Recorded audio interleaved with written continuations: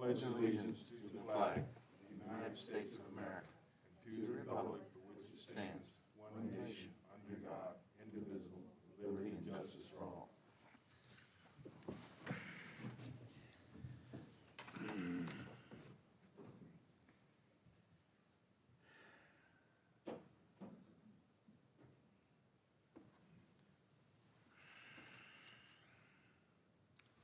Okay, thank you. So let the record show, we do have a quorum. Okay. So our first item of business is the adoption of the agenda. We have a suggestion. We're going to move number 11 and 12, the ECC, APCO accreditation, and EMS and ECC accommodation. We're going to move that up to special appearances. Say that way we won't hold those folks up. We can hear what they've got to say. So just moving it up. Anything else? No, Sherman. Well, just for a point of clarity, and I think I mentioned this to all five, but we did have some last-minute printouts. Kim's going to have it on the screen. If the press doesn't have a copy, we can get it to you.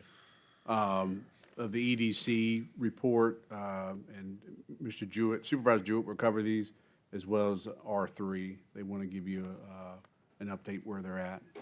So those items have been printed out. It's already in your agenda, but I just wanted to mention why they're hard copies versus in the So packet. hard copies of agenda item number 6 and number 9. But no further additions, Mr. Chairman. Very well. Okay, could I get a motion on the adoption of the agenda? Mr. Chairman, I put forth a motion to approve the amended agenda. Second. As amended. Oh, you did? I'm sorry. Yeah. Okay, we have a motion and a second. Any further discussion? All in favor say aye. Aye. Opposed, nay. All right, very well. So, next item is public comment. Is there any public comment? We'll open the floor for public comments. If you have some, step to the podium, give us your name and what part of the county you live in. This could be on any subject at all.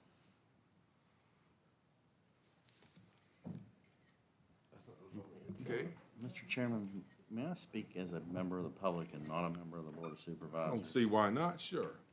I'm speaking as a citizen, and I want to thank NOAA, EMS, Sheriff's Office, all the county folks, staff, public safety staff, and physical plant for the incredible job they did under really bad conditions, particularly over the weekend.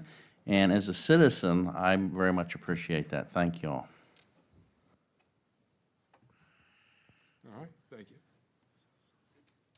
Yes, Jeff sir. Green, Jeff Green, Wolftown. I know I was just here a month ago, and I told you guys it was only the second time in 35 years I approached the board. And here I am again, Well, welcome. under much more pleasant circumstances, I would like to add. I'd like to read you a short letter, which I sent to all of you. And I would like to acknowledge Mr. Snyder and Mr. Jewett for acknowledging the letter. To the Madison County Board of Supervisors. I'm privileged and humbled to acknowledge the Madison County EMS personnel and county dispatchers. On Friday, December 11th, 2025, I placed a 911 call requesting urgent medical assistance for an individual who was suffering a heart attack. The following employees saved a life that afternoon and deserve the highest recognition. EMS personnel Jordan Peachy, Haley Roberts, and Chris Turner. In addition, the county dispatcher Ware. Without her, none of this could have happened. These employees represented the county in the highest and most professional form possible. I'm honored to acknowledge them. They did exactly what they trained for, and they saved a life that day. The lifelong county resident is doing well and is most grateful and expresses their utmost gratitude. Thank you very much. Thank you, sir.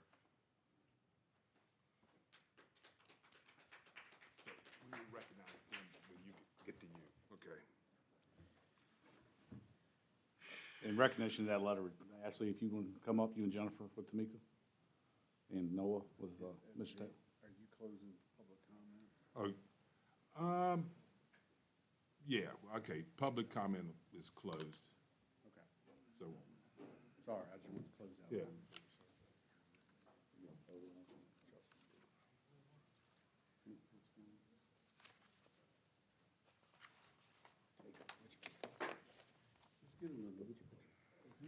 If those being recognized, please just line up shoulder to shoulder in front here, please. We hope that the picture is not being intrusive. We think it's worthy, you ought to be recognized, and we'll get a photo. And by all means, the leadership, if you wish to be with team members, feel free to do Yeah. so as well. It's your department, so It you took the should whole give them team. that award. Chuck, now I'm gonna fool you for this copy, if you want a copy of it.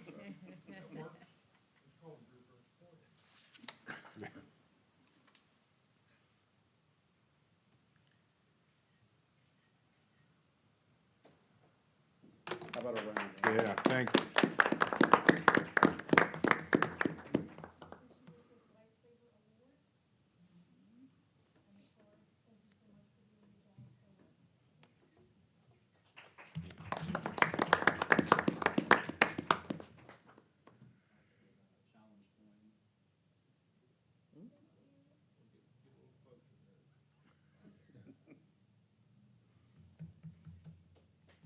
Very good. Thank you all.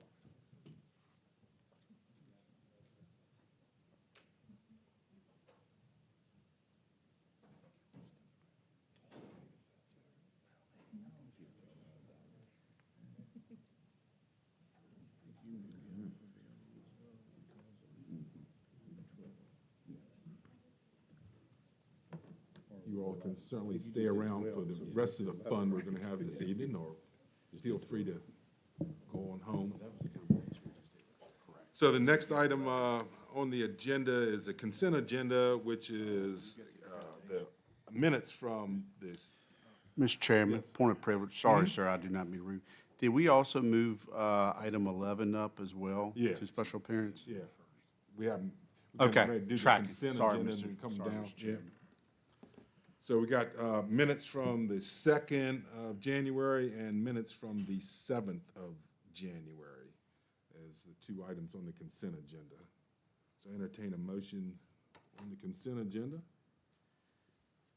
Mr. Chairman, I move that we approve the consent agenda as presented.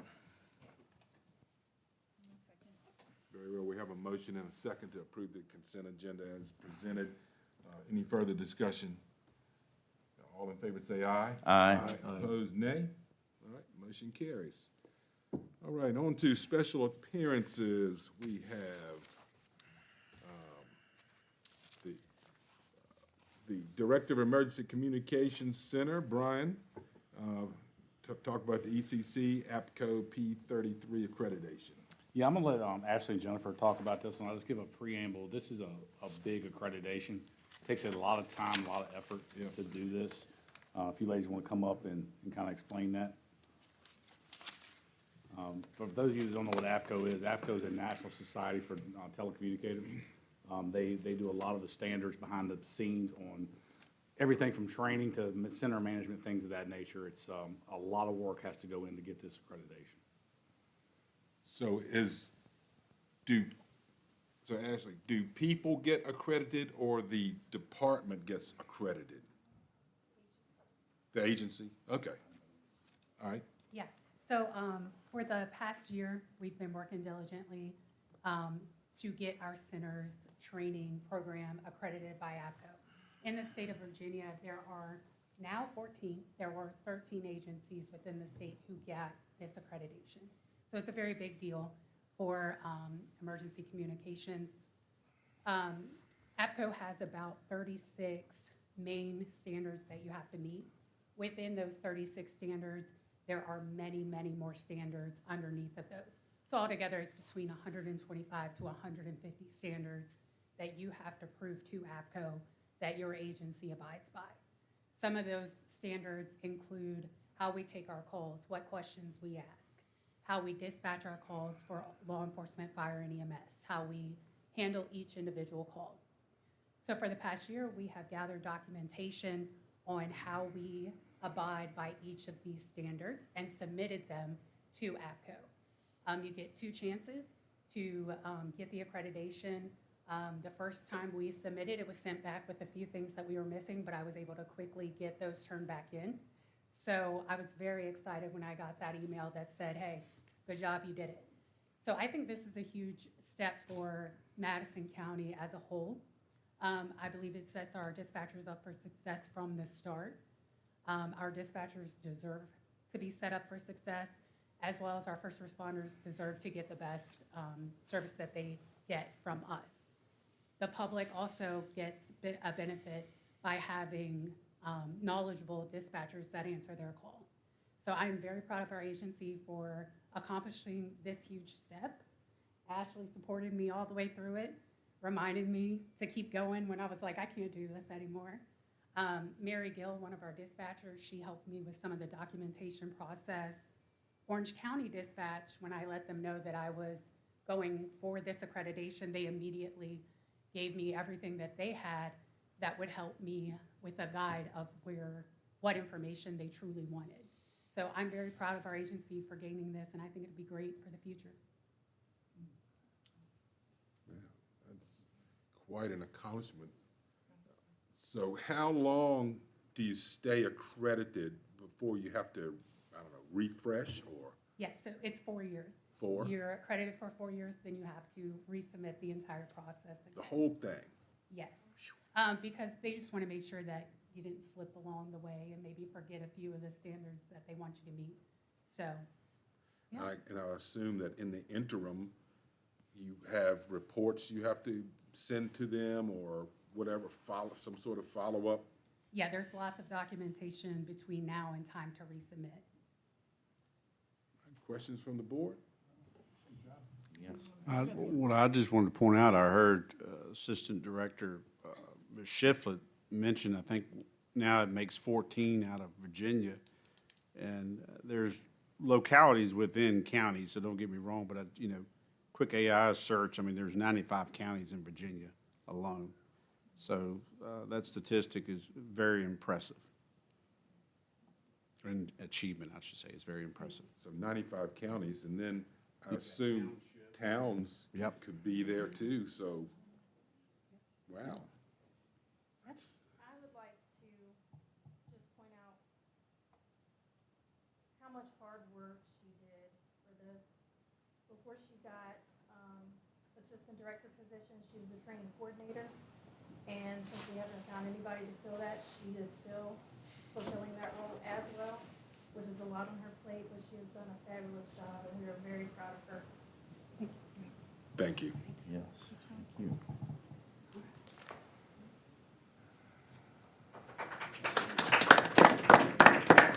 Chuck, could you get a picture of those two, please? Yeah, real, if you don't mind. Yeah.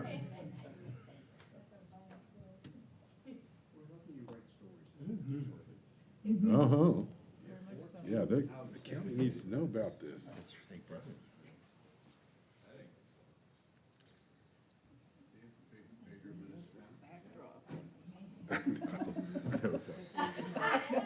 Maybe he green screen it. That's right. Yeah, can you carve us out of that picture, Chuck? Okay. Bear with me. I'm not an app on the book.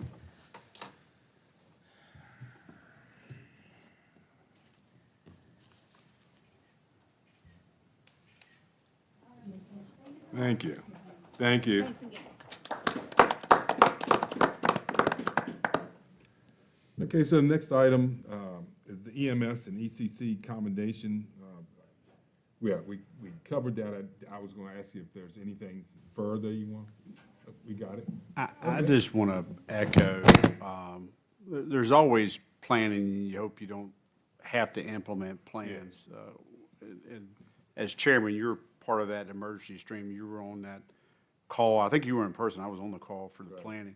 So there was a lot of upstaffing for this storm. There's a lot of just mutual things going around. Thankfully, we did not lose power, but the efforts of our first response, I saw Assistant Chief Helms email today, that upstaffing helped us, didn't miss any calls. I don't believe there was any mutual aid request at all.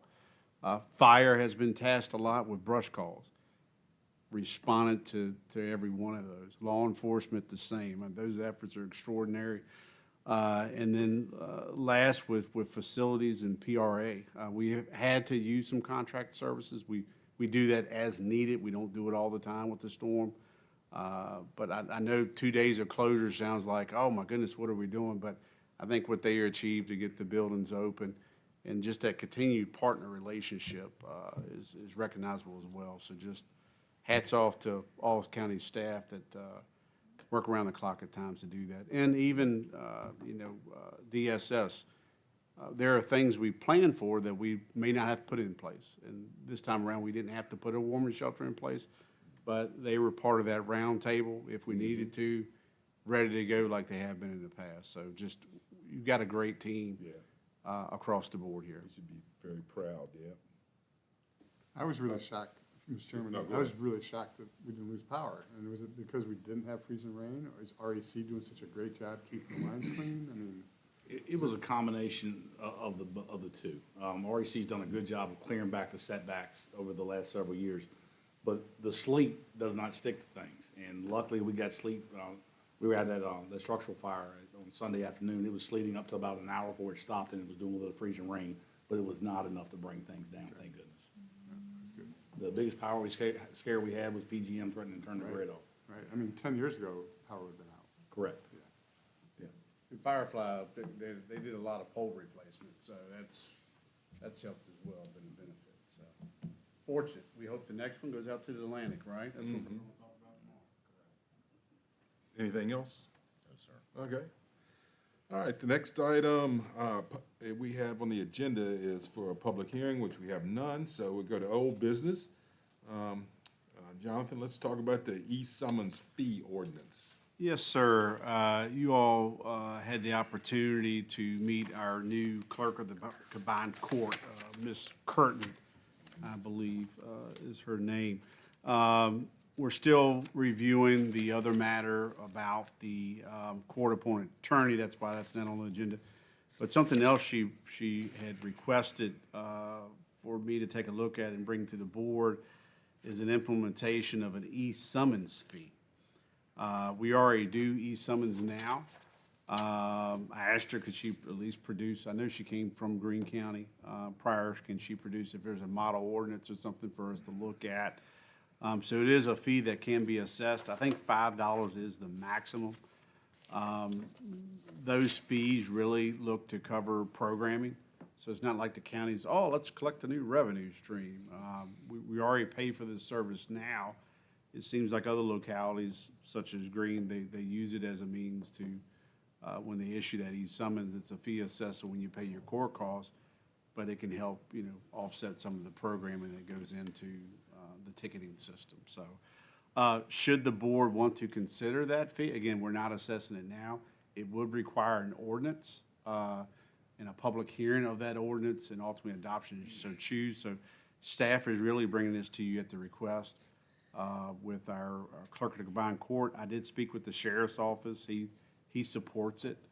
But it's ultimately up to the board if you want to assess this fee, and if so, direct staff to work together to draft the Madison ordinance, if you will, which could look similar to Greene, could look like something else. But we just really bring it to you as a request, and then any direction you have for staff if you want us to proceed in a certain direction. Okay. and I'm happy to Comments take from any the board? questions. Yeah, I did look up the Virginia State Code, and it is maximum of $5. So the sheriff's office implemented this over a year ago, so he's been absorbing the cost of the software and all that stuff in his Pretty much, budget it's for a part of your year. budget process. and Right. Taxpayers pay for all of it. I see no reason why we shouldn't proceed with this. What do y'all think? I think so. Let's just go move on. So Help. staff will take that as a direction Yeah. to, Mr. Wright and I, and Brian will work together Draft and the make ordinance. it the Madison ordinance. And is there any, you want to look at this in February or March? When would you like to have your public hearing, board? Let's see, probably the first meeting in March, say. All right, so that is March 10th. Okay, thank you very much. Does that work, Hannah? Is that all right? Okay. All right, so next item on the agenda is the RSA update. We have Alan, our Planning and Zoning Administrator, Alan Nichols, here to go through that. Mr. Chairman, as you are aware, both RSA members were invited. I know Mr. Coppich had a conflict in schedule, but we do have Mr. Elliott here tonight, too. Yeah, we'd like to call on you tonight too, Pete. Yes, sir. All right. Good evening, Board. In continuance of our conversation regarding the allocation of services for the new wastewater treatment plant, you have a document in front of you that has been developed through this conversation ongoing about what priorities are proposed to be for a realignment of RSA policies going forward. And so I think staff is hoping for some direction from you as the board in order to accomplish some of our planning objectives in determining where service goes and how much goes to which activity. Because everybody had a chance to look at, I think the priorities, in my opinion, definitely to adopt a service area, yeah, and then come up with the EDU management policies, or to endorse it. You know, I think the RSA board needs to come up with it, but any opinion on these priorities that have been laid out in this document from the board? Jonathan, you have, I'll reserve my comments until the board Okay. has made any comments. I'm okay right you now. okay with Thank you. those, the priorities as 1 through 5 as they're sitting now? Okay, So the comment, Mr. Chairman, if the board has done a comment that I would have is, I'm always about, let's get a win in the column and then, build momentum. So certainly the board has the purview of making recommendations to their appointees on the RSA board, who would then talk to their colleagues. As a point of order too, because I try to keep my word, or if there's a change in direction, I've talked to Chairman about this, but I haven't talked to the whole board. Initially, at your last meeting, the question was, have we talked to our Orange members? And I said I would do so. After talking to our two Madison reps, I changed direction on that, so I hope I haven't offended any board member. The purpose of that is we've had relationship building and good conversations after our first meeting I've had with our RSA board reps,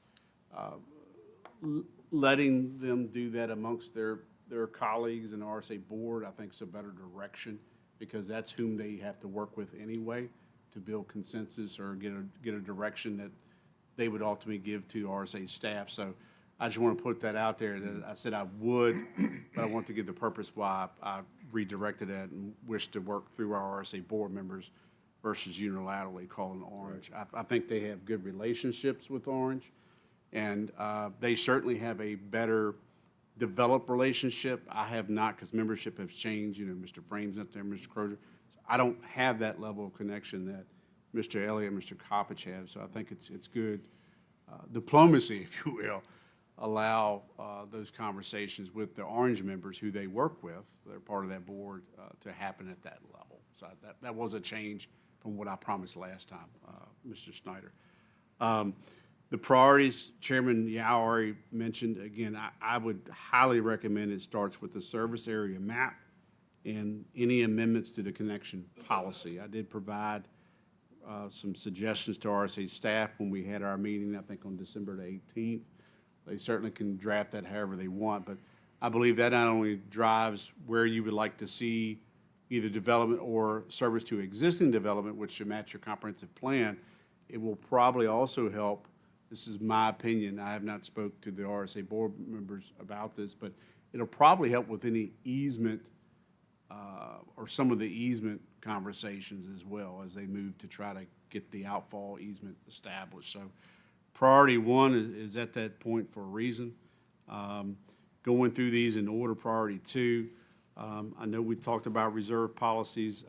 I know Mr. Elliott is well-versed in the utility world, so I really trust his judgment and discussion on that. I know you got to sell taps to pay for construction.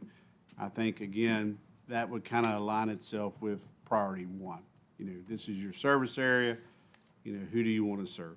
Priority three, that could go either way, in my opinion.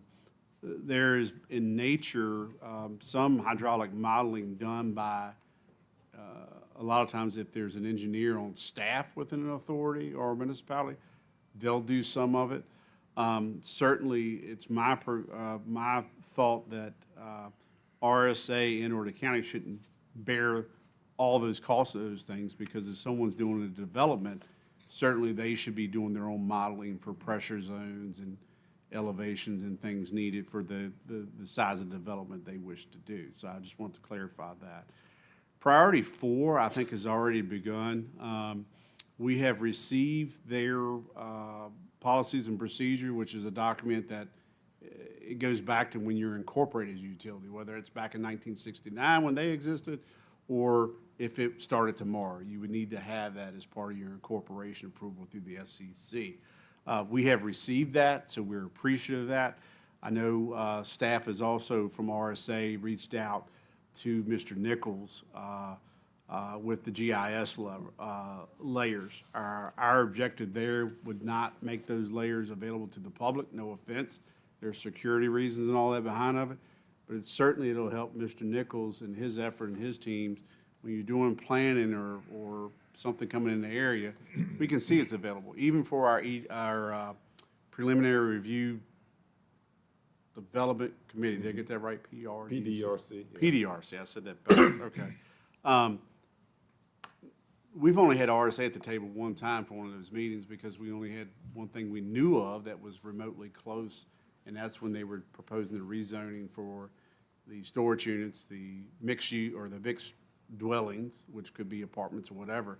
But having that layer, Mr. Nichols will have that advantage now to say, oh, this is within the service area. And that's why that layer, in my opinion, is important. So again, priority one, my opinion, really needs to be accomplished in the near future. What I don't think is on here, but we've had some conversations with RSA, is their CIP. And I know, Mr. Yao, you may have some comments on that. We talked earlier. RSA, they own the systems. I mean, they can set the priorities or say what those objectives are. If they are looking for any funding, whether that be a request of the county or the county can partner with them and try to get earmarks in the state budget or even through some of the Fed stuff, we're happy to do that, but we need to be aware of what those priorities are for them. And my recommendation is you look at it from a health and safety factors when you're doing that. But again, that's my suggestion. They own the utility, they can do it as they see fit. But if there's anything on there that is, you know, public safety or public health, I would highly recommend that if they're gonna make a request, do that sooner than later and prioritize those items so we are tracking what their priorities are. To include kind of completion, like you set your CIP, you do a 5-year outlook, you say what year you think they're gonna be completed, I'd recommend the same thing, so. I thank, Mr. Nichols for his time on this, as well as Mr. Elliott and Mr. Coppers's conversation I've had with them, and their time, addressing this from the RSA board level. Yeah, go ahead. I think one of the most important parts is, and I think it was priority two, though, was the sunset on the EDUs. To keep it from warehousing, I don't know if that can be moved up, or I don't know if Pete, you could probably talk about this, or Alan. Is that anything do we have control of that, or does RSA have to agree to that? But that's something I think is really important, because we have, 80 of them sitting here for years. Yeah, there's Currently, there's Yeah, please, no, please. Currently, there's 95 non-utilized EDUs, so you've got, almost 25% of the capacity unused that could be used for growth. And it has been an impediment to development in the recent past that folks feel like they may have to negotiate with private owners in a commoditized fashion to achieve what should be a public utility. So And- yes, I believe the sunsetting clause for non-used EDUs is important. That currently, and correct me if I'm wrong, Mr. Elliott, that policy currently does not exist. They would have to discuss and amend their policy and procedures. As someone who's run a utility in the past, this is gonna be detrimental to the county. Generally, I don't say, hey, the county, let's pay more.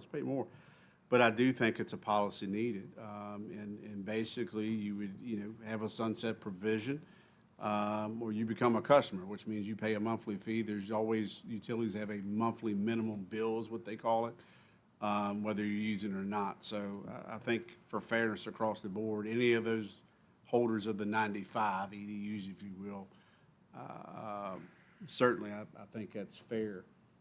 Because again, they've got to find a way to fund this, and Madison County, out of all the service areas, even though it's now just Orange and Madison, we have the smallest participation in it, meaning, it's a small amount of ratepayers to carry multi-million-dollar projects. So they're going to need the revenue, and we need the economic development.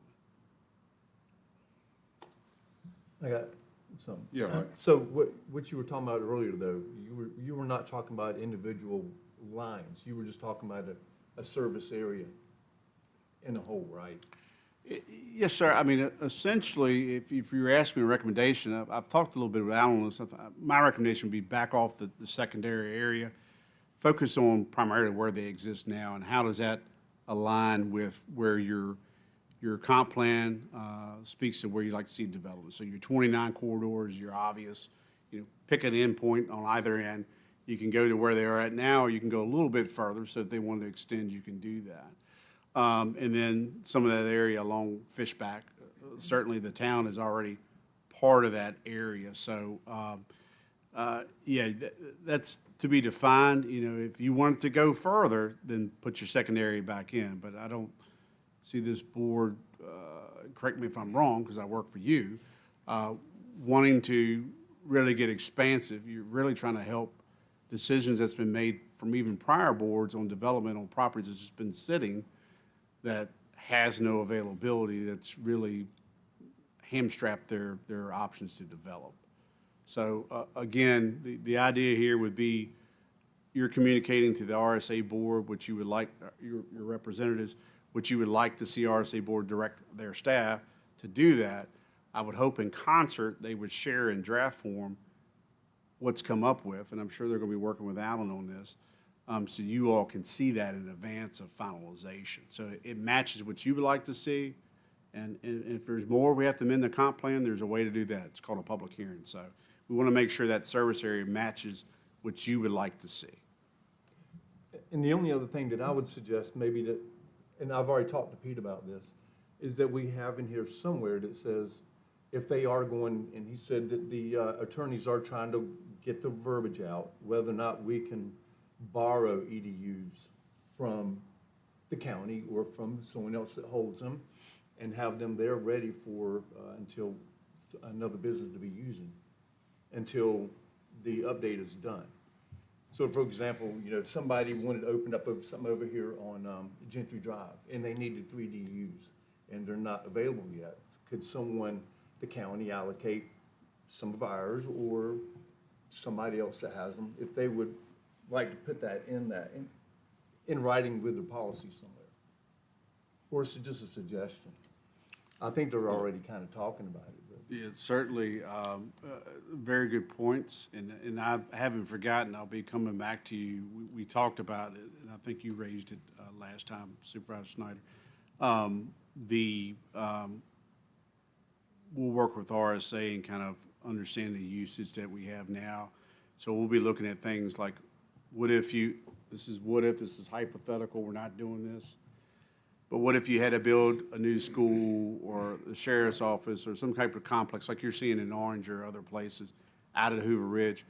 What would type of usage be so we knew out of the 16, I think it's 16 EDUs we hold, what would we really need, maximum use? Because you're not going to, a lot of that park, about 100 acres of that park now, of the 180 or 81 is already spoken for as far as activity.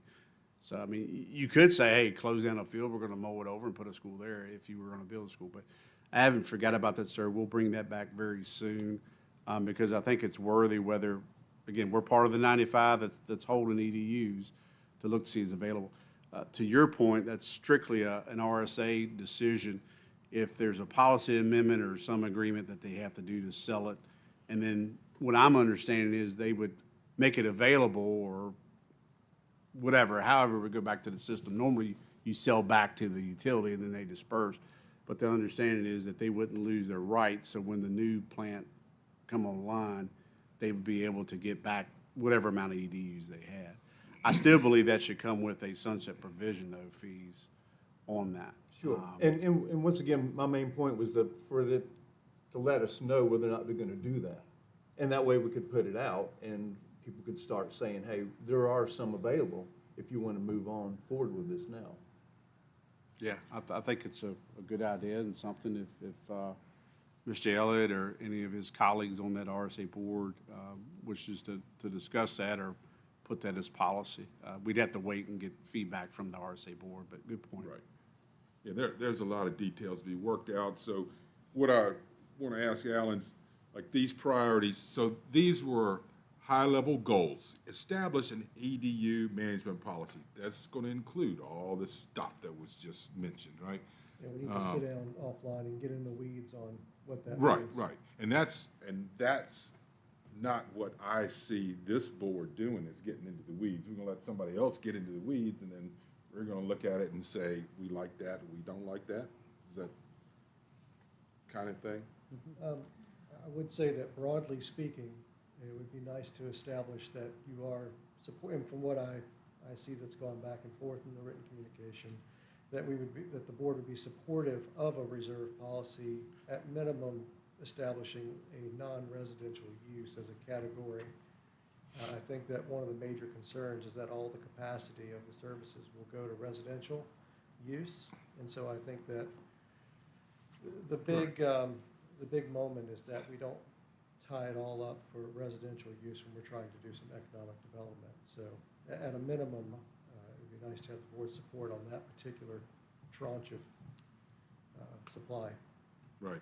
I would recommend, Mr. Chairman, if the board likes all the priorities listed, I'd recommend a vote to, if the board wishes to endorse these recommendations to be given to the RSA board. I think action would be good. That gives some standing to this, whether you want to call it a memo or however you want to use the language, but I would highly recommend an endorsement, a voice vote, if you will, on this. Yeah. Because you are giving direction or recommendations, whatever you want to call it, to the RSA board. Yeah, that sounds good. I would like, so as far as you're concerned, Alan, before I go to Pete, as far as you're concerned, if we endorse these priorities, that is what you were looking for at this point? That would be enormously helpful. Okay, all right, thank you. Appreciate it. Could you, Frederico, could you hand the mic to Pete, or Pete, you want to come up?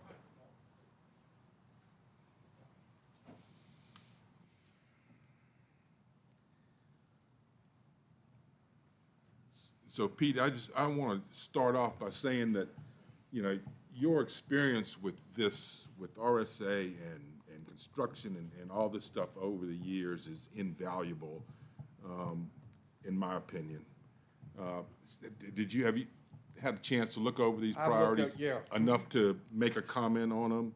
I have Okay. looked over most of them, Cardy. Yeah, And some of the stuff that Jonathan just talked about, the board has put it in front of our attorney to write up some kind of language to where you can't buy these. Okay. You gotta have a shovel-ready project in order to purchase it. And then if you purchase it and you don't use it within a year, you gotta start paying whatever the cost is for that EDU. Now, that time frame could change where it goes to 6 months or whatever.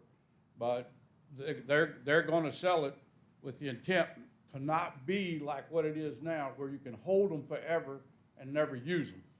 We also have had a conversation with the board, and we've had a conversation with the board's attorney about the EDUs that's out there now. And if somebody comes forward and say, hey, I'd like to take the old food world and turn it into a business, but I need 4 EDUs. Well, someone that has 4 EDUs, they're looking to write some language to where if you had 4, you could go give them to RSA. RSA would sell them to that gentleman, and then you would get your 4 back when the plant's done. So that way, we wouldn't have to just say we completely stopped business. We would be able to keep moving forward. So they have looked at all of that. I will tell you this, that what I know about development and construction, we think, or we assume that most of our EDUs are gonna get snapped up real quick. It's not gonna happen. And the reason that's not gonna happen, I know both of the developers really well. They're not gonna go and lay out $2 million for taps. They gotta build the infrastructure, asphalt, curb, gutter, everything. So I mean, you know, like in Mr. Ish's case, he's gonna probably, I'm gonna build 8 houses this year. I'm gonna buy 8. And it may be another year before he buys 8 more. The other problem we got with that, once the plant's done, there's no water yet. Okay? So we're working on, right now, something to get water there. We're looking at some options. They have put in for some grants, because one of the problems we got is there's a 10-inch main that runs down the middle of Main Street here. Stops down near Waverly Yale someplace. Well, there's a 6-inch main coming from the plant that feeds the tower. You hook onto that and run all that water across the road and put a subdivision in over there, that 6-inch pipe ain't got a Won't chance do it. to keep up, won't work. So that 6-inch pipe that's coming from the plant is what they've got. They're looking for a grant right now to where we can try to replace that pipe, so we got a bigger pipe to the tank. but it's us, the county establishing a service area would help with that, would it not? Yeah, and what they could do Right. probably right For now for the grants or service whatever. area, I don't think when having a conversation with the RSA and the attorney, that we can show you where all the pipes is because of security reasons. They might not want to do that. That's fine. But the service area, we can show you, it runs from here to here. It goes from here to there. And so you would know the area that sewer would be and the area that water would be. It's like out where the Gentry property is, there's a pump station there behind Food Line. If somebody wanted to develop that property, they could put a pump station there, and run back to that pump station and Food Line, and those lots could have sewer. It's you know, it's dollars, but those lots could have sewer pretty easily. Because right now, it stops, the sewer does, there Right. at the Food Line, as far as it goes right now. Now, we're scheduled to have a retreat tomorrow, RSA was, okay? But Orange didn't get the parking lot shoved and cleaned, so they pushed it back.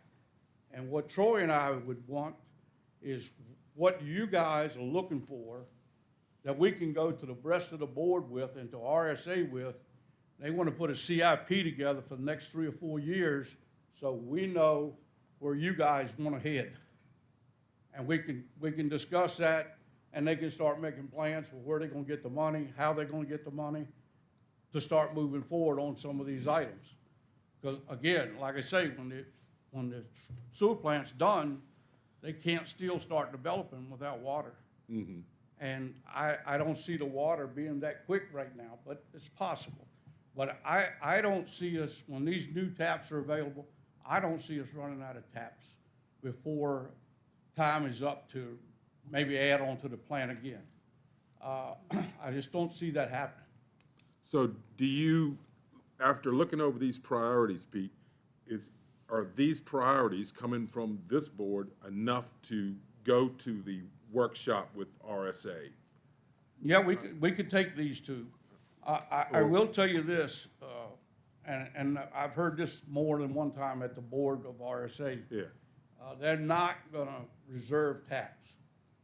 The problem they have with reserving taps, they're trying to sell as many taps as they can to pay for this line. That's how they pay for it, with taps. So I don't think that you're gonna get them, from what I've heard so far, to reserve taps. They try to work with you any way they can, but at the same time, they in business to sell taps. And they're gonna sell taps when they can sell taps. But at the same time, I don't think we're gonna see them run out.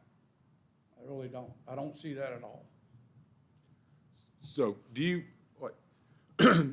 how many taps does it take for the high school, you think? Oh, You I got would any say idea? for a high school, somewhere between, without doing some numbers, Yeah. I would, just a guess, I would say somewhere between 6 and 10. Okay. But before we could, and I have no idea what you gentlemen are looking at, but before we would get to the point that we need to have taps for school, I think the plant would be upgraded again, because if you heard Mr. Clemens when he was here say, probably in 4 years, if things go like it was supposed to go, that they would probably upgrade again, because we've looked at putting in a bigger outfall when we do it, so if it needs to be upgraded again, it could be done again. Okay, well, yeah, like this, having to build another school is obviously a big one, which it doesn't look like that's gonna be an issue for a while. As a matter of fact, that's on the CIP agenda for next week to do a study about that. But anyhow, I mean, you know as well as everybody else, Pete, you know, the county's gonna need some taps for stuff. So we're looking to our reps to, And I think they would, if the county's looking for taps for the county. Yeah. For the county's use, I'm pretty sure they would work with you for that. Yeah. But when you start reserving them for the public, I just don't see that happening. okay. And I mean, they could change their mind, but that's what we hear all the time. Yeah. All right, I'm sorry, I feel like I'm hogging this.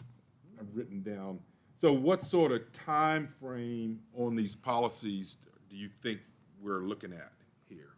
You said the Well, attorneys are working on language, what kind of time frame? A couple of months or? I would say a couple months, but the one thing that is gonna happen now, the two main guys there, Tim Clemens. Yeah. He's leaving Right. 1st of June. Yeah. And Trace is leaving end of next month.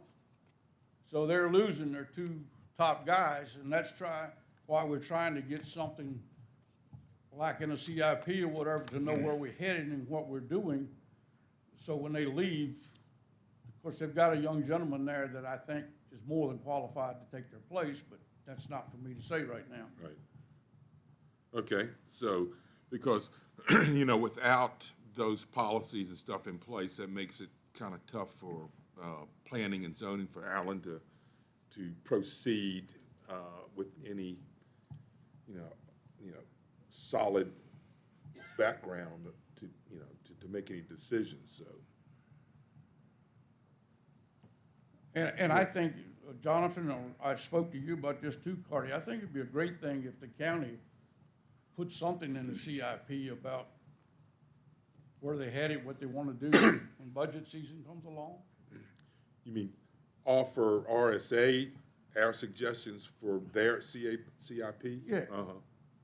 And I think Yeah. once we have this retreat and we tell them what we're looking for, I think you'll get a whole lot of answers then of what we're looking for them to do for us. Well, this current proposed capital improvement says Madison. I assume that y'all's workshop's gonna be for Madison and Orange. Absolutely. Everybody, not just Madison. No, I both mean, counties.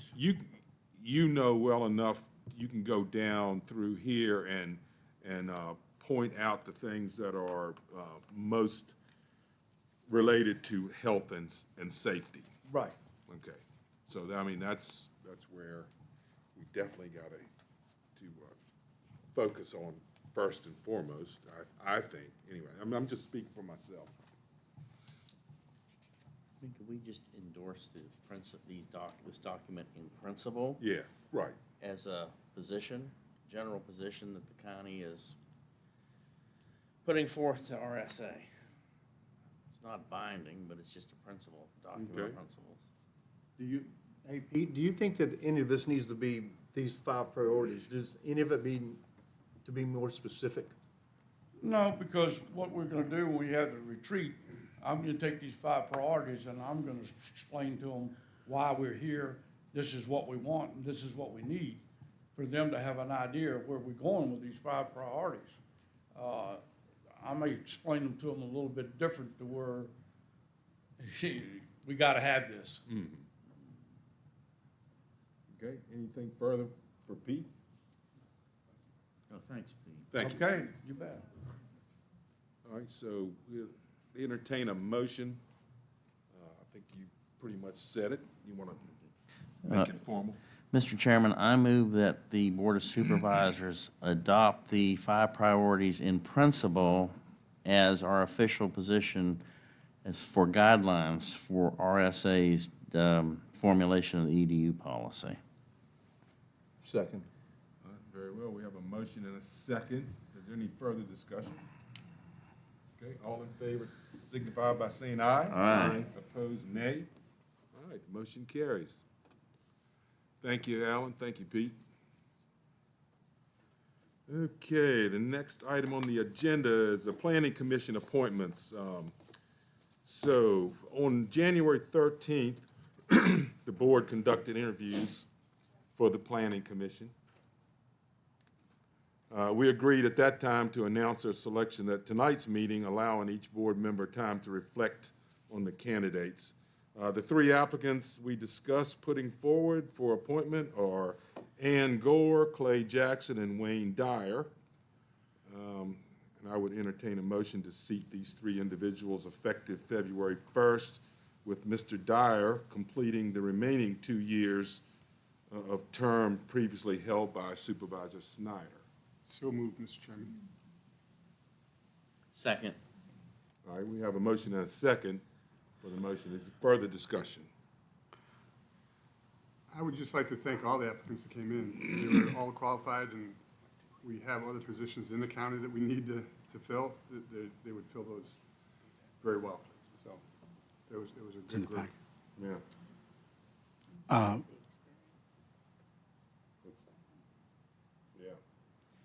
Just one thing, I think you just touched on it, Mr. Chairman. Since one term would be a remaining term, you would have to decide who has that shortened term? Yeah, Wayne Dyer. Wayne Dyer, okay. Yep.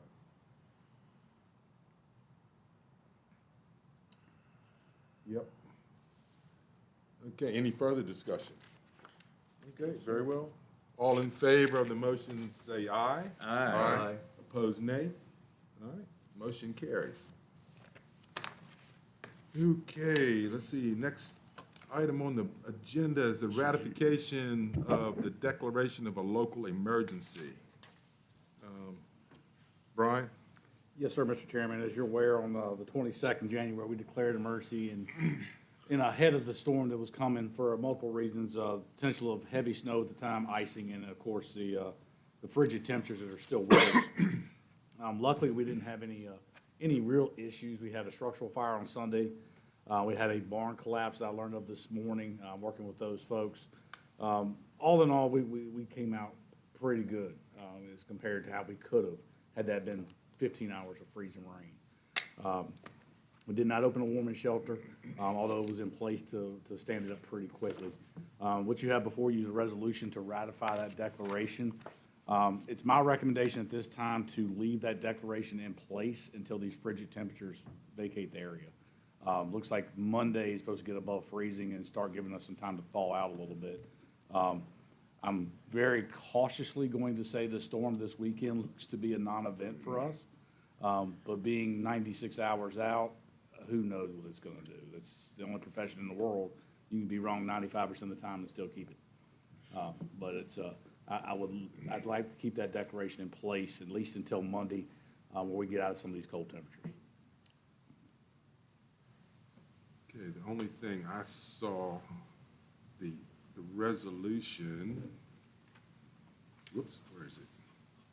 The resolution is adopted, says adopted this 27th day of January, so we just need to change that to Yeah. 28, right? We can change that. I I apologize. don't know, how does, oops, let me go back. How does the declaration of local emergency end? It would be terminated, where you would formally yeah, terminate yeah. it at some point? Yeah, you and I could sit down and talk about it, or whoever, and sit down and formally terminate it, basically when we realize that we're out of the woods, so to speak. Mr. Chairman, can I ask a question while we're? Sure. So we have a lot of residents that are citizens in the area that are older, healthcare issues, they live in remote areas, and they can't get out. That's one of the main reasons why we'll leave the declaration in. Right now, there's a tremendous population in the county that we can't get to with an ambulance. Right. This leaves an opportunity to gather more resources if it was needed. Decommissioned or stood down the National Guard, if you will. I think they were all staged up and they did nothing for 3 days. But with that being said, I can still activate VDM, some mutual aid if we needed to. But you're right, there's a lot of people in the county that it's still very hard to get to. And I can think of a few of them just on my road. So is there any resources out there or any volunteer organizations that can come help clean up a driveway so they can get out to get food or? That's gonna be, I can check with VDM, but that is gonna be very, very tough if you don't pay for it. And these There's people are tons big out there outs. that, that if you wanna pay for it. They just don't. With have very the few money. people on contract just to come do it. We can check with Miss Ward. She's a very good, I'm gonna say Rolodex, that tells you my age, but she is familiar with some agencies. Not promising that we could, but we're gonna at least ask, because there may be somebody out there. I just don't know. I did see some good Madisonian spirit going on. Folks were addressing it. I think somebody had a wife in the ICU and someone came over for free to their driveway. So I'm glad to see that naturally occurring. It doesn't mean everyone's issue's been addressed. So we can check with Ms. Ward. I know she's not here. I'm putting her on the spot, but, or if she has any other contact, and at least see if it's an option. Okay, thanks. Yes, sir. Okay, anything further before we?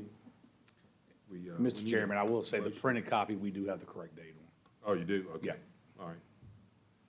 So we need a motion to approve Resolution 2026-2 to ratify the declaration of a local emergency. So moved, Mr. Chairman.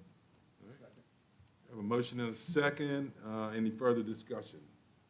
Very well. All in favor, signify by saying aye. Aye. Opposed, nay. Very, very good. All right. Next item, Economic Development Committee report. Vice Chairman Jewett. Okay, thank you, Mr. Chairman. The printed report is in front of you, and I'm not going to go through all the details, just give you a brief summary. Last year was 2025 was the year we really ramped up our research in 4 different areas: data centers, warehouse, tourism, also some of the county ordinances, which we are currently working on. We also looked at projected revenue and spending trends, and we improved communication with the community by hosting a town hall meeting in August, which we would like to do again this year. So I think our biggest accomplishments this year was just kind of getting our feet under us, doing research to figure out what is prospectively feasible for the county, and improving communications with the public. But I will say that I have a really good group. We're looking forward to working this year. We are starting to work on our strategic plan for 2026, and we wanted to get guidance from the Board of Supervisors when it does a strategic plan at the beginning of budget season. So that's something that we'll be, get initial guidance from the board, full board at that point. Any questions on any of these activities? I will make one comment. Nancy, do you have a question? Okay. I will make one comment.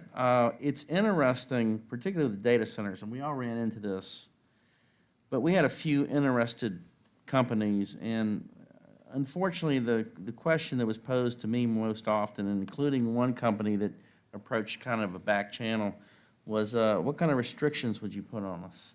And I said, well, you can't use our water.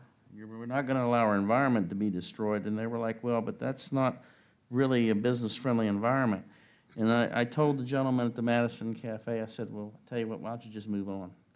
And I know that's, that might be discouraging business, but, you know, we can't destroy our natural resources here. And, you know, if they want to work with us, we're glad to work with any company that's reasonable. But we found out in the industry this past year that one of the new strategies on these data center companies is that they are going out and promising rural counties that need money, the world, and expecting basically a carte blanche. But, you know, that's not the way we do business here. So I just wanted to mention that. Judd, I think you experienced that too. And we'll work out, we're gonna muddle along whether we get into high tech or not, but I do want to extend my appreciation to the committee. They did a lot of work this past year, and I'm looking forward to this year. Thank you all. No So, question. again, Mr. Jewett, when we get to our strategy part of the budget meetings, what would you like to see from the rest of us? No, this is just me speaking as one member of the EDC. I think that the priority, and I'll allude to this when we get to the General Assembly, we've got some serious train wrecks coming down the road that we've got a plan for that could really derail our entire economic development efforts here in the county. So I think one of the things we'd like to do is to prioritize addressing some of the things that are going to come through the General Assembly. That would be my number one priority. Aside from that, we've got a few things in the pipeline, and I think Judd, with Fab Lab is one thing. You want to kind of talk to that a little bit? You're more familiar with that than I am. Yeah. So one of our members, she has experience with a Fab Lab up in Pennsylvania, and it's something that our county could really use.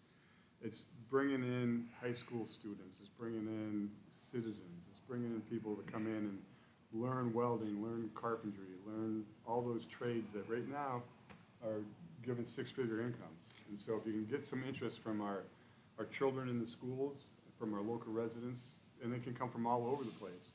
And there's a certain monthly fee they pay. They get training on how to use a machine.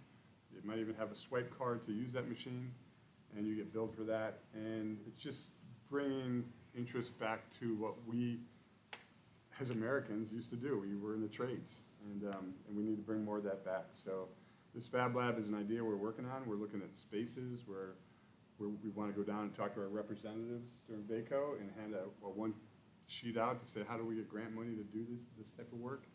And it's really important, and with Jim's leadership, and we have a really smart board that we're working with, the EDC board, and I think we can get some stuff done this year.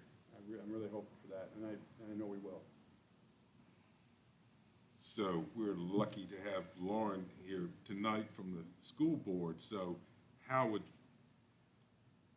you be think about how that would dovetail with the CTE programs and stuff within the school system?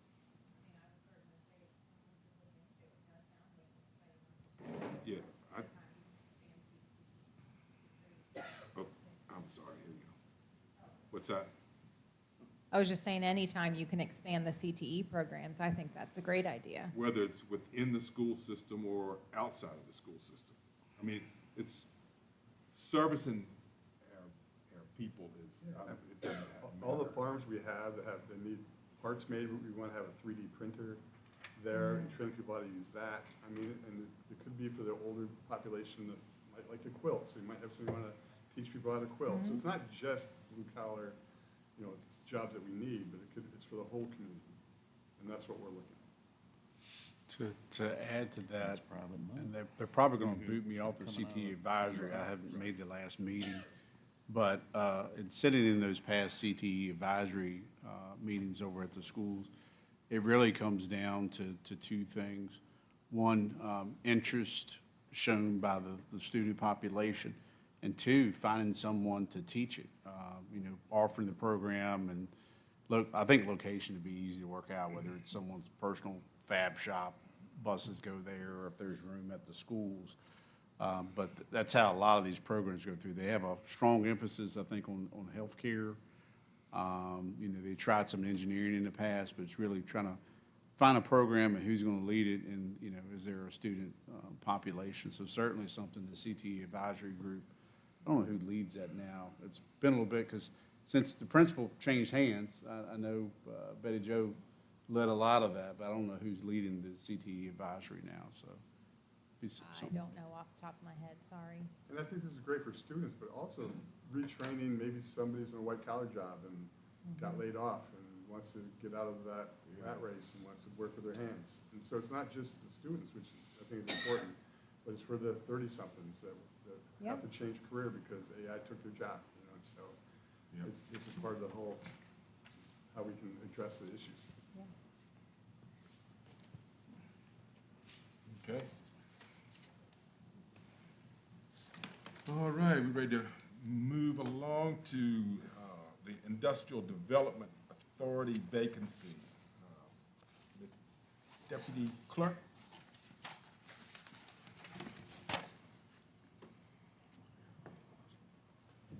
Yes, sir. So Mr. Hoffman was the chairman of the Industrial Development Authority, or the IDA, and he had to submit his letter of resignation.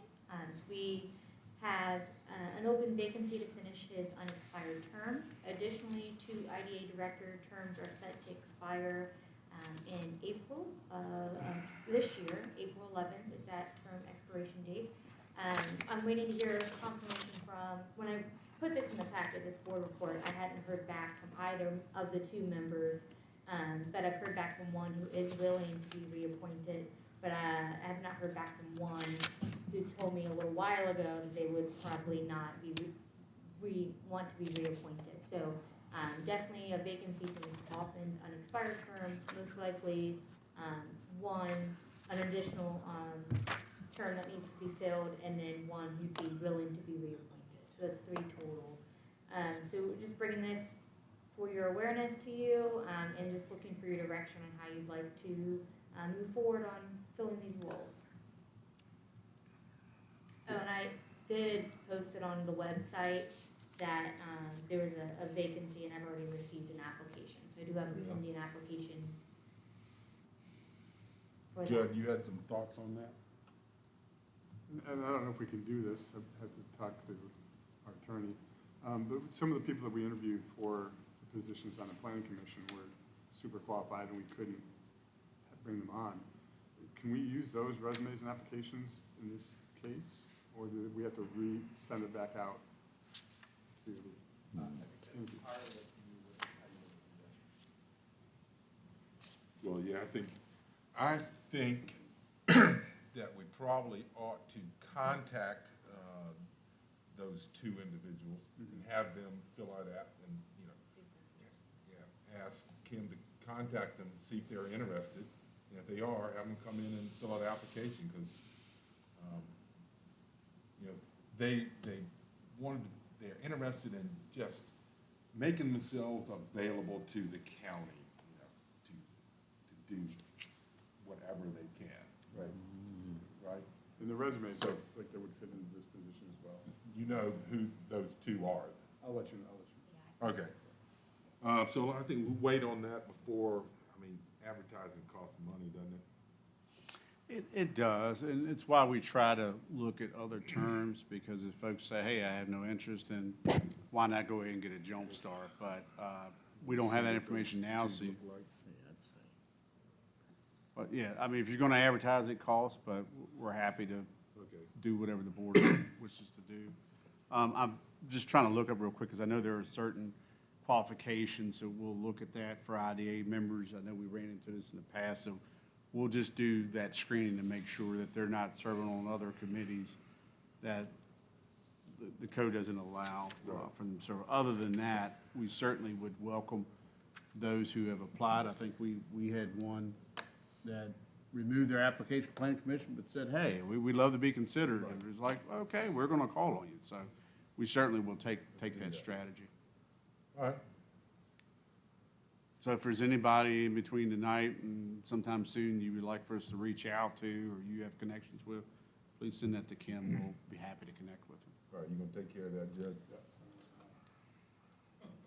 All right. Okay, the next item on, it's a General Assembly update. Vice Chairman Jewett? Oh, Okay, oh, yeah, Hold on. I gotta breathe, wait a minute, in my bag. We went down last week and last Friday, and we spoke in support of House Bills 535 and 536. And the first one dealt with raising the limit on counties' populations that would be allowed to assign designated agent for site plans to their planning commission from 5,000 to 20,000.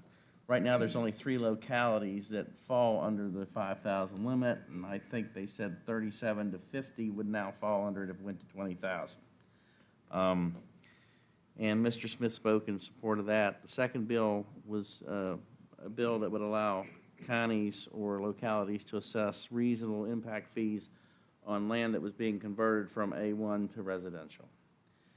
Delegate Karen Hamilton introduced the bills to the subcommittee, the cities, counties, cities and towns subcommittee 3, they called it.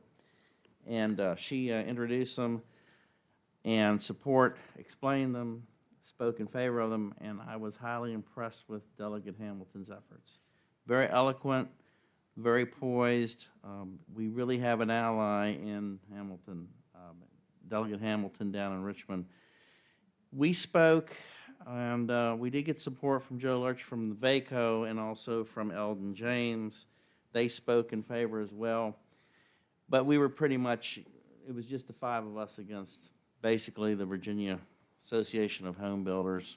And what I found interesting is that when I was speaking in support of the impact fees, I tried to explain to the committee members, all of whom are from urban areas, the challenges that counties like us face. And I covered some of the demographic information, like, 24% of us are 65 and older versus, say, state average is 16%. Talked about the number of folks in the county who are considered working poor, the number of students in the county or youth in the county that are facing food security issues. And I ran them through a hypothetical scenario of a 200 house development being built in the county, purely hypothetical. And this development would build houses priced at $450,000 apiece. I did some rough calculations the night before. I first started off by telling the committee that these houses would not be affordable for a large number of folks in the county. So there wasn't the argument that this was for affordable housing just didn't fly. Then I went through the model, and basically you take into account the extra public services, and even considering the additional tax revenue from the 200 households with property tax and personal property tax estimates, the county would still be $1 million in the hole with these 200 houses. And we have a limited tax base, but this $1 million a year is a spillover cost from that development, where the developer at a 15% profit would be making $13.5 million in profit. So we are in a situation where we need to have the tool to assess impact fees. We didn't think that was unreasonable. Now, I noticed that when I was testifying, the members of the subcommittee were very uncomfortable. They wouldn't look at me. the disdain for folks like us and localities like us was palpable. And I tried to further put things into perspective. We have a $52 million a year budget. Loudoun County has a $1 billion operating budget. So that $1 million is tremendously important to small localities like us. Well, the response we got was, that's just basically too bad. And one of the members of the subcommittee said, well, why don't you use the current proffer system? And Jim Smith and I looked at each other and we were like, what proffer system? There is none. And we were ready to respond to the comments and questions from the subcommittee. However, we were shut down, and they basically said we could not answer any or clarify any of our positions. Only Delegate Hamilton could respond, which was extremely aggravating in light of the fact that previous bills that had been considered that morning, the folks that would speak in support or against those bills were allowed to come up for follow-up questions and rebuttals. We were not. They basically shut the door on us. So much for democracy in the General Assembly. And however, I was standing there afterwards and talking to Mr. James and Mr. Lurch, whom you guys should meet next week when we go to VACO, and Delegate Hamilton, and we were strategizing about what we could possibly do in the future. And you know, Jim and I were basically, we were extremely aggravated.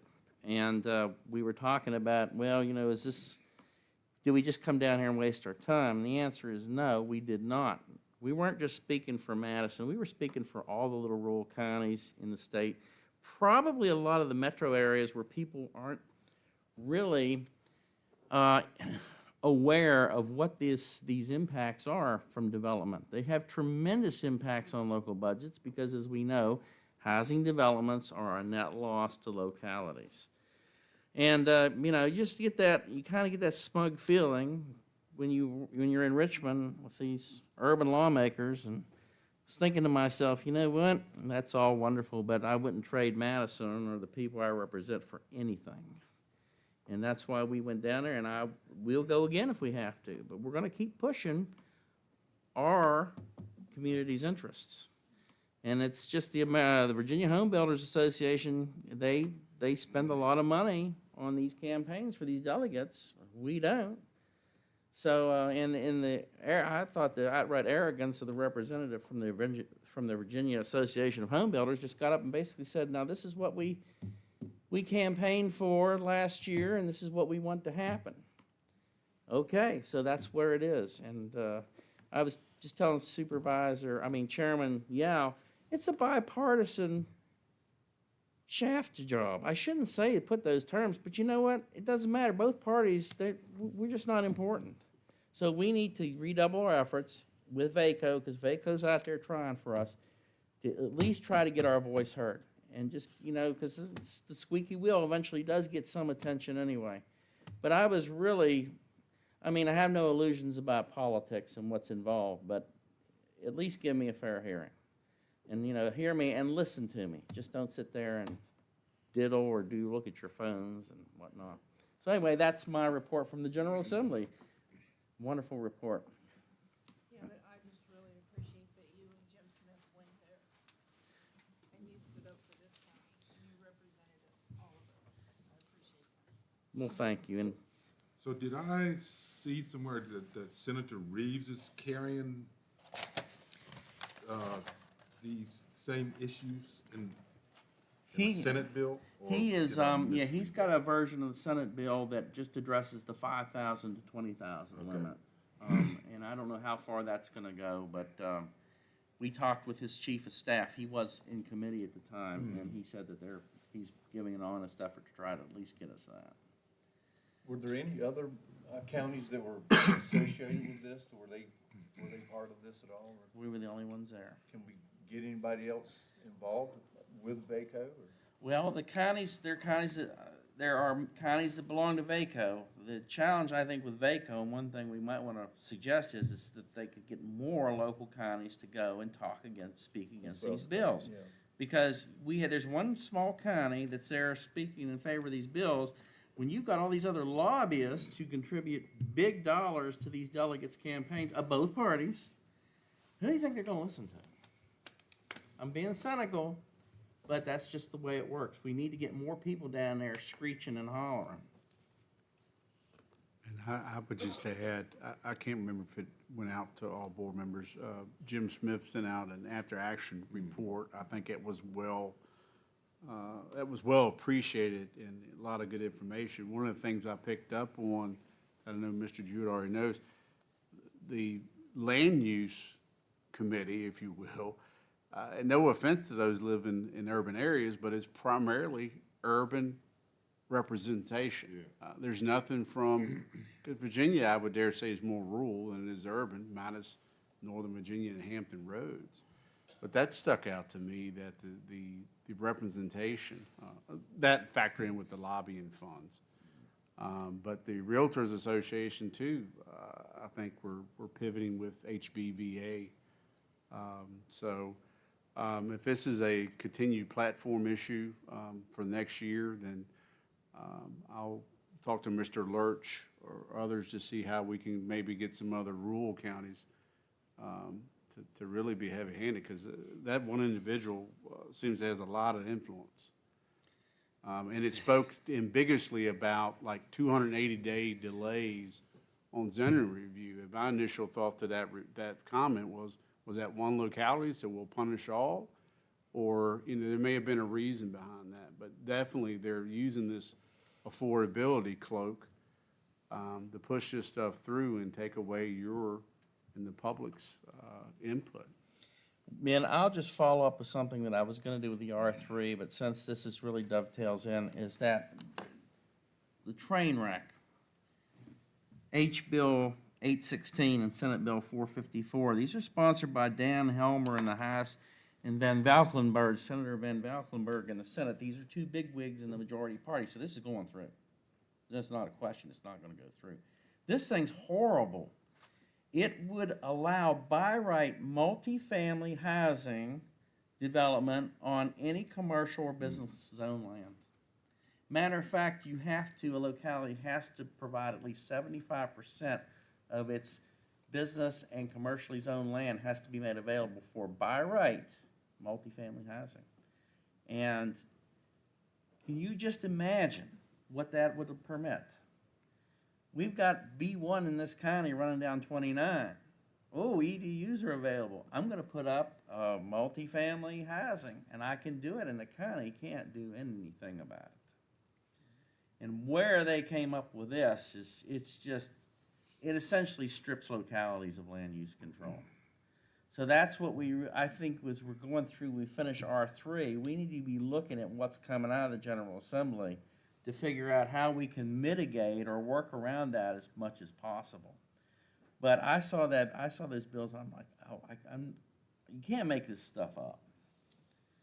So that's where we have to be looking into the future, and what are we gonna do? I don't know, but we need to look. Well, some of it, Mr. Jewett, you all have already worked on and even looked at, talked recently. It's a strategy. It's unfortunate we're having bills shoved down our throat, but, your open space requirements might need to factor in when you're considering density and what they're gonna require. That may be the only way to kind of mitigate it. We'll have to see what the final bill comes out. There were some amendments offered, but I don't know whether they survived this week. That would give localities some out to that requirement. But once bill's been passed and signed, then we'll have to work from there, folks. But it's gonna be a challenge.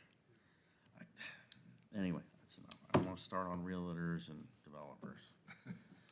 Well, how about, you wanna move to R3 now? Yeah. Do you mind if I Oh, I'm sorry, interact Mike. before we get Yeah. into R3? Yeah. Just a thought when I've been reading through all this. One of the thoughts I've had is, being Mr. Nichols seems to have his hands full right now. I see his name on a lot of stuff.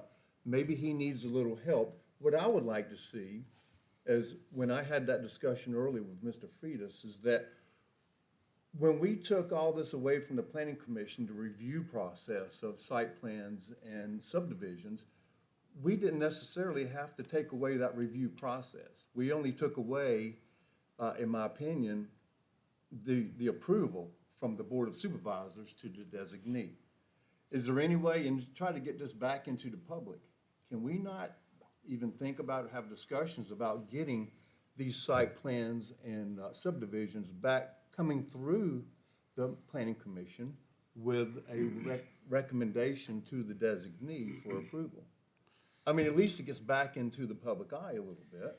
Well, Jim and I thought about that, and the comments that we received when we posed that is number one, until you get to 20,000, population threshold, change to 20,000, to where the planning commission could be the designated agent.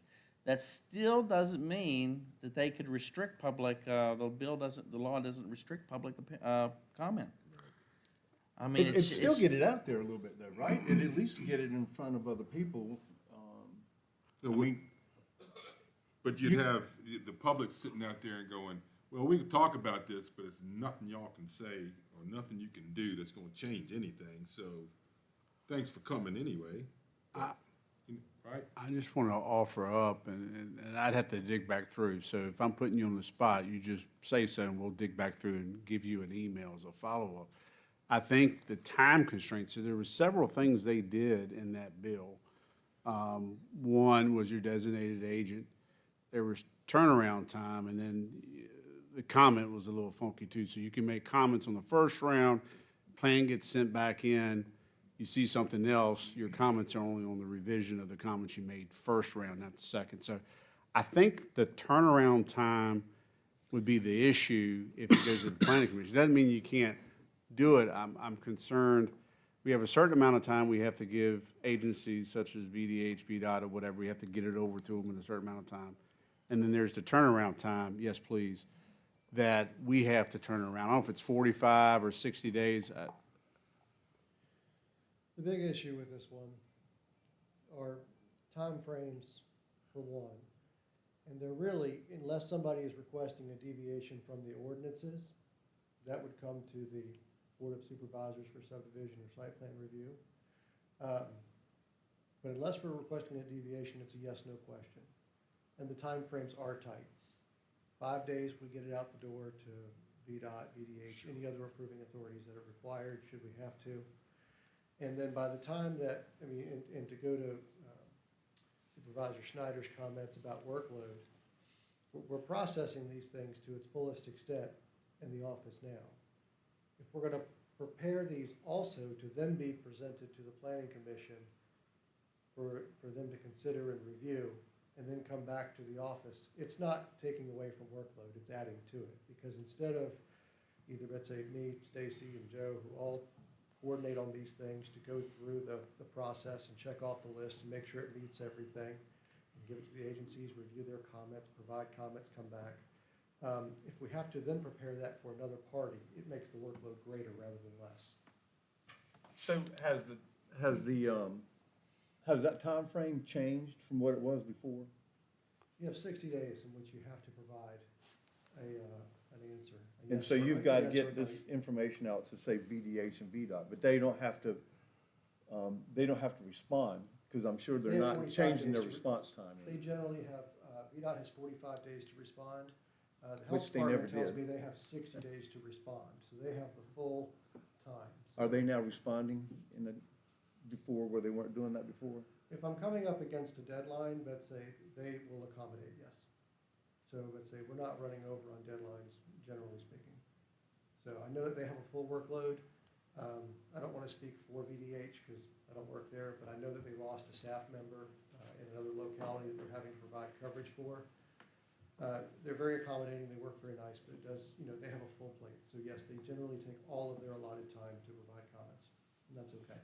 I figured when I was gonna bring this up, that a comment would be made, and I'm sure that it's viable, that it would add to staff to bring it back in writing back for planning commission to review.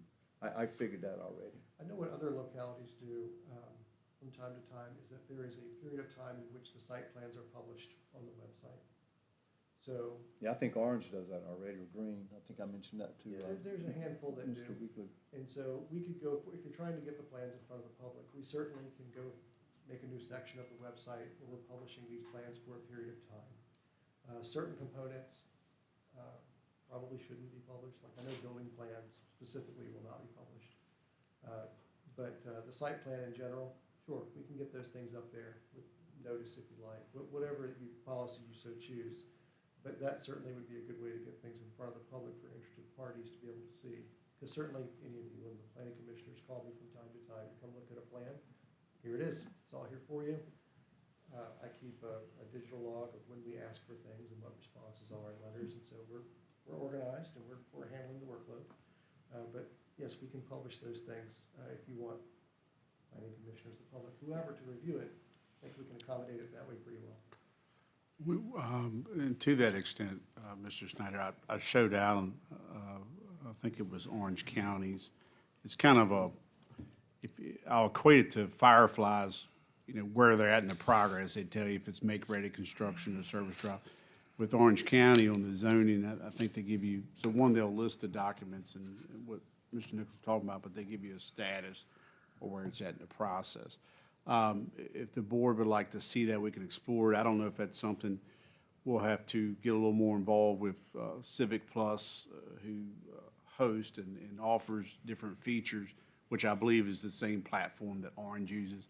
But certainly if the board, I could try to bring it up on the screen, but you can look at your own time. Orange County's, I think it's under community development or some kind of tab. Everybody either calls it planning and zoning or community development or however they name it.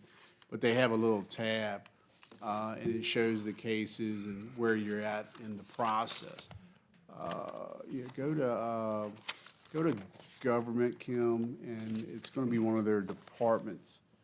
I think they call themselves, I think it Hold was on under here. zoning when I looked at it at one time, because I was looking for, go under development services, please. Go up one, see where it says development to your right? And yes, right there. I think it's where it scrolled down. Keep going. No, keep going down on this page for a minute. Yeah, click that planning and zoning tab. Keep going. Go to current projects planning page. Sorry doing this on the fly, but might as well you can see it. All right. Yeah, there you go. You see how they got that tab, current status, whatever. So if this is something the board would like for us to duplicate or provide, we'd be happy to look into it. I just don't know off the back of my hand, if this is something that we work with Civic Plus or we already have the module, we just have to build it and offer this. So just giving you a sneak peek of what that Mr. Snyder and I discussed and what could be possible. So is this something the board has interest in and we would work to build out or at least see what the effort would be in the cost? Is that something the board would like to see? We could certainly ask you guys to tell us what it entails. Okay. How's that? We'll bring that back as a future item on our old business. Thank you, Mr. Nichols. Sorry to put you on the fly, sir. No worries. Yeah. Let him sit down first. Yeah, when I sit down, relax, and I'm gonna ask him to get up again. Okay. Let's move on to the R3 committee update. Vice Chairman Jewett.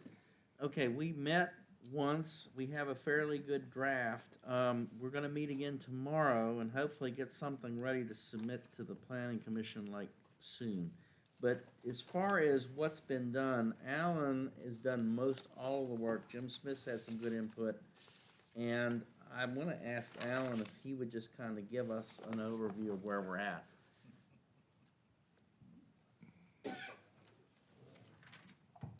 Here we go again. So the crux of this, when we started, as we established our goals, open space in discussing Mr. Esch's zoning text amendment was the big area that we found that required refinement. So we have a significant amount of text changes that define what a open space is what qualifies, how we ensure that it's maintained going forward, as well as, means of control of that space. Without getting into specifics, let's say we moved on to some entrance requirements. So if you have a subdivision that uses interior streets, so you're not just fronting the public road, you're going to build new streets inside, you have to have multiple points of egress and ingress to these properties for redundancy for emergency services. We require a minimum of 2.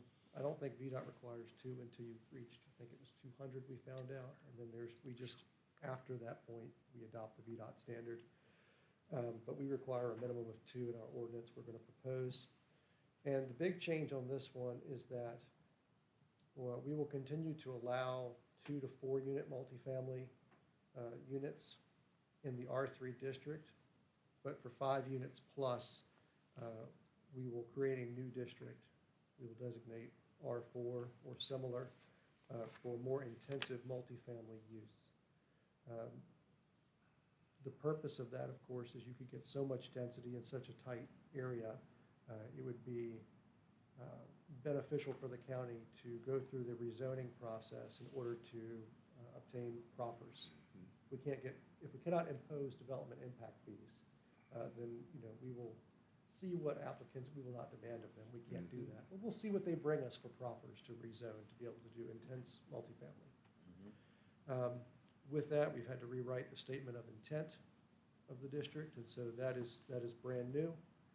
And hopefully after tomorrow's meeting, we'll have enough of a refined copy here to where we can submit it for a first look, if you will, and your thoughts should you have any prior to going to the Planning Commission. So that's where we are. Yeah, one of the things with the open space too, Alan, and I was just looking over this today, we're talking about, one of the things about the open space is a legal mechanism that will keep that open space in perpetuity. Is that what we're looking at? Generally speaking, yes, except for the one provision. Right, I'll let you explain that provision. Sure. So as we were developing our concept for open space, in fact, I want to go and reference it really quick. Because we cannot predict the future, and we do not know what our children will need in the future, if you take a hypothetical project of 100 acres and 40% of it is preserved for open space, we did include a provision for future public use of a portion of that open space. So in other words, if at some point in the future, the county required a fire department, a library, a school, some public use like that, that the Board of Supervisors could hold the public hearing and designate that a portion of that be used for a public use, not for further development per se, not more houses or businesses or what have you, but if there was a legitimate public need for something that served that community, that space was not just off the table in perpetuity for that purpose. In talking to some of the extension office folks in farm management and land planning,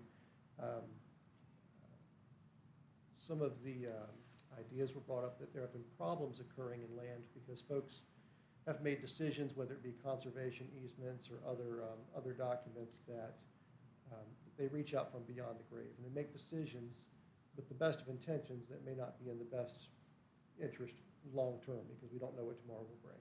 So we did try to leave a carve-out in there should the public need something. So that is in place.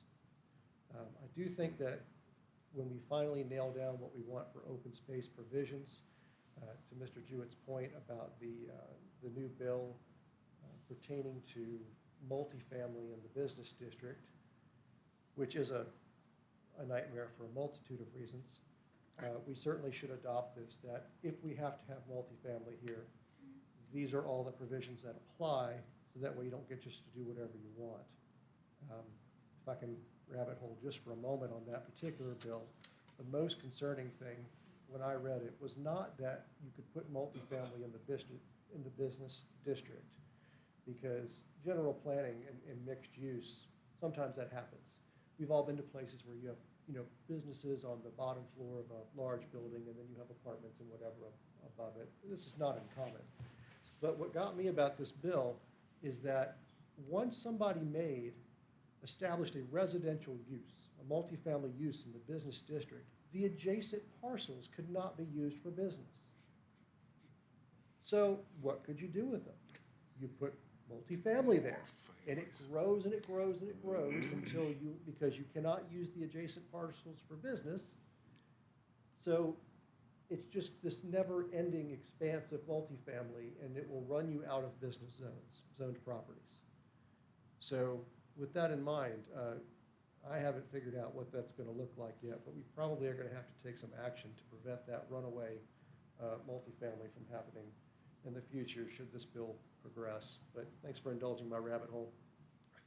No, those are the questions we've got to ask. And really appreciate Alan's work on all this. I mean, it's just fabulous.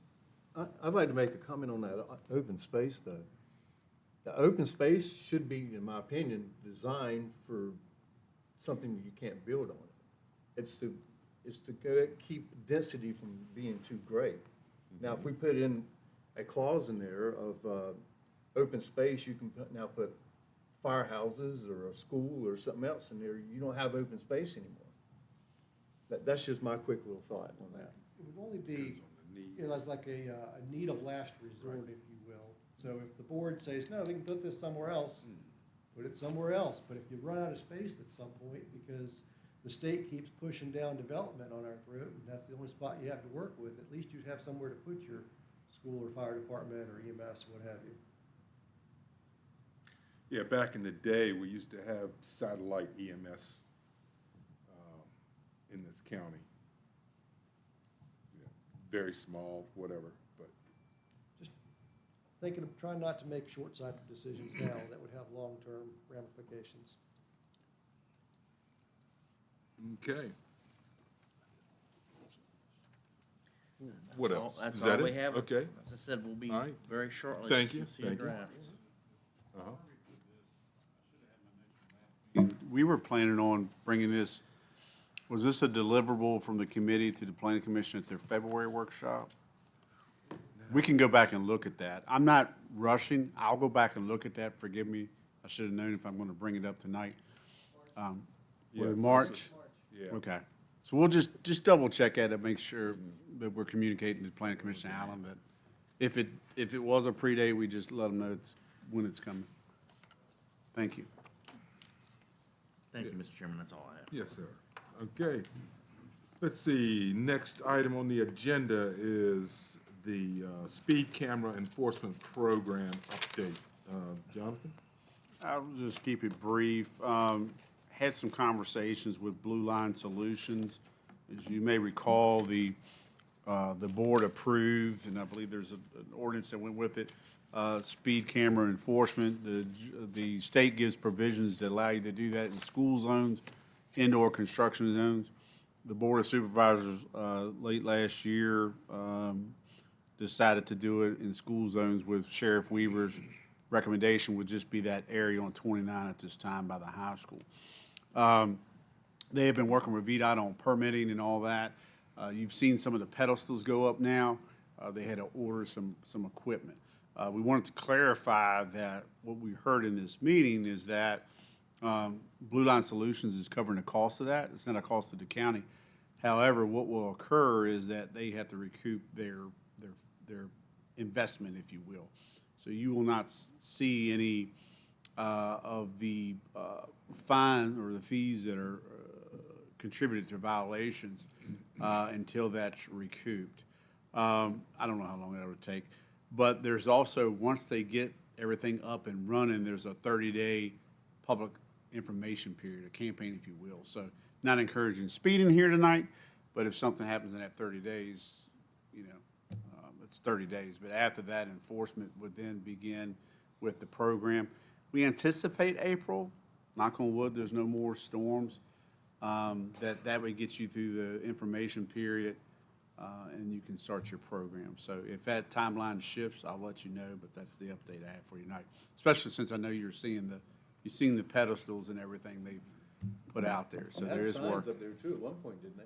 I think on 'Cause I remember the seeing northbound sign, I think there are.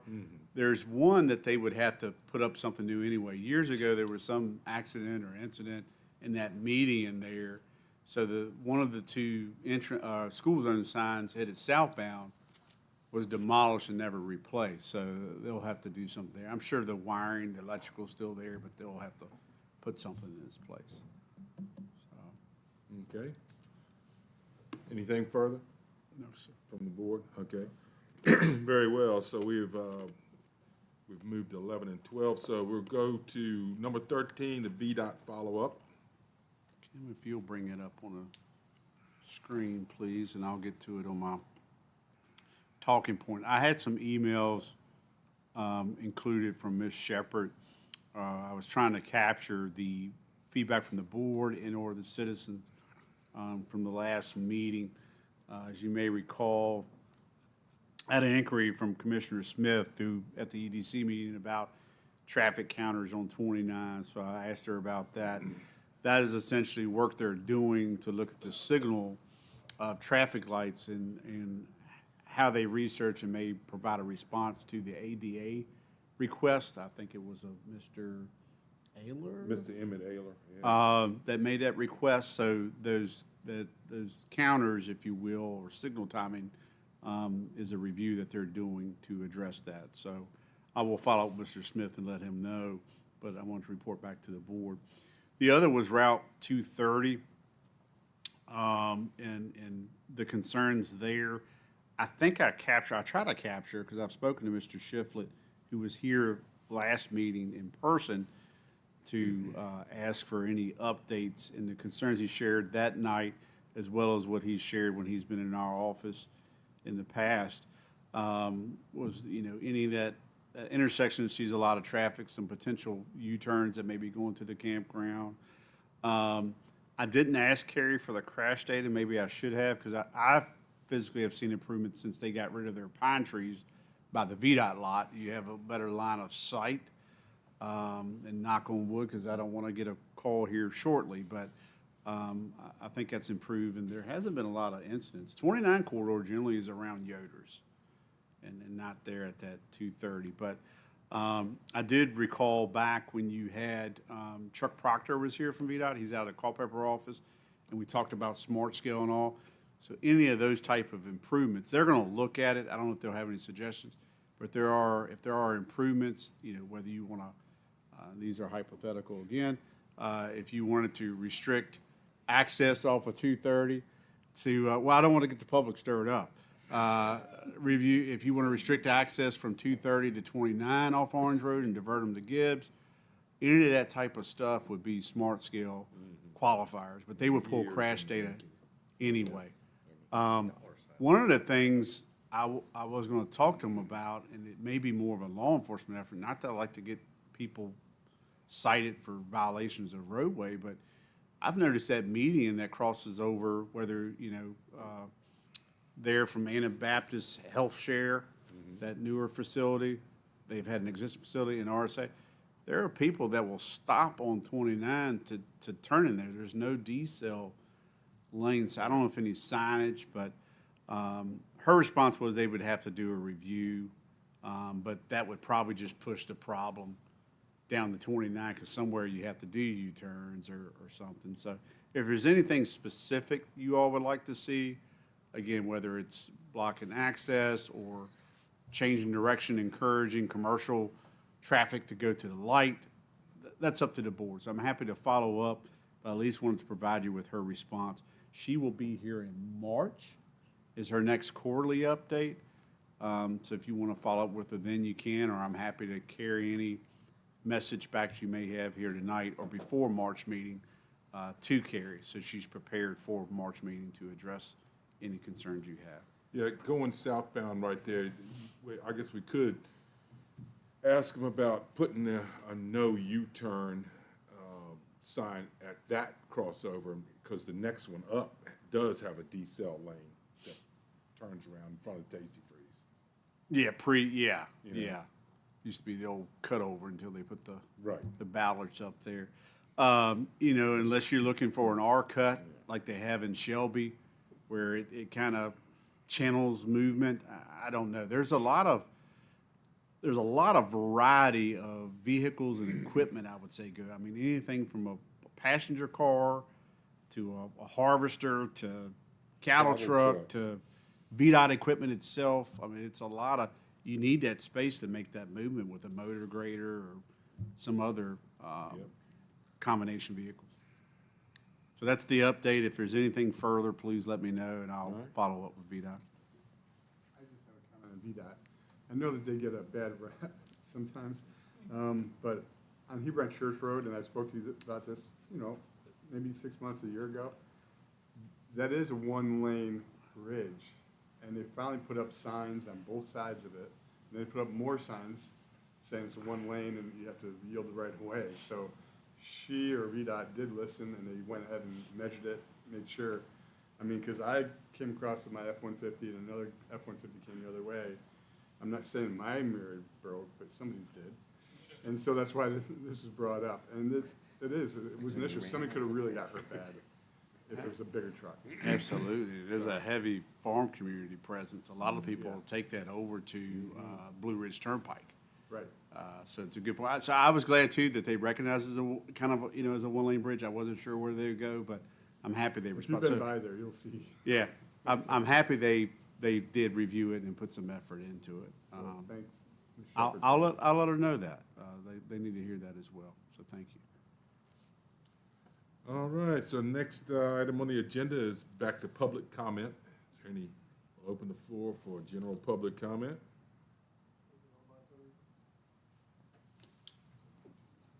Nothing? Okay, very well. Then, seeing none, we will close public comment. We have no closed session, so entertain a motion to adjourn. So moved. Second. All right, we have a motion and a second to adjourn. Any further discussion? All in favor say aye. Aye. Opposed, nay. All right, Thank you, we are Mr. adjourned. Chairman. Yes, thank you all. Oh, my goodness. What's that? Yeah. Busy, busy.